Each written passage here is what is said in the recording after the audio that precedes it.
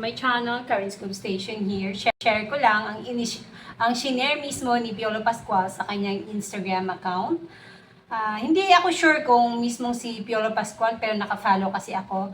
Dalawa kasi yung account na pina-follow ko kay Piolo Pascual, pero parang legit naman. Kung hindi man si Piolo Pascual mismo yun ay admin niya.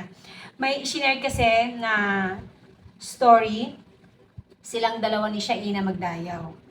At matagal ng issue yung sa kanilang dalawa ni Shaina, pero hanggang ngayon ay wala pa po tayong narinig mula sa kanilang dalawa.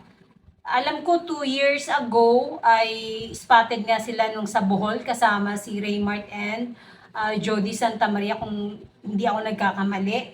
And then last year sa live IG ni Shaina, nung siya ay, saan ba yun, yung kumuha ba siya ng, basta umattend siya ng umattend siya ng awards night sa ibang bansa, na sinabihan nga daw na buntis daw si Shaina.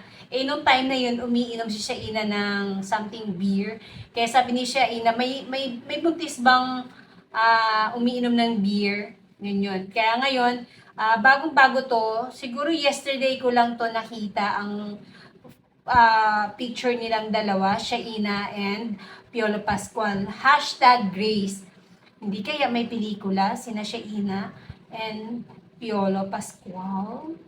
Kung ano man ito mga Mars, sana sa issue nilang dalawa ay magsalita sila, dahil alam mo yon, hindi kumpleto sa mga fans na hindi aamin o magsasalita ang both parties, 'di ba mga Mars? Ganun 'yun.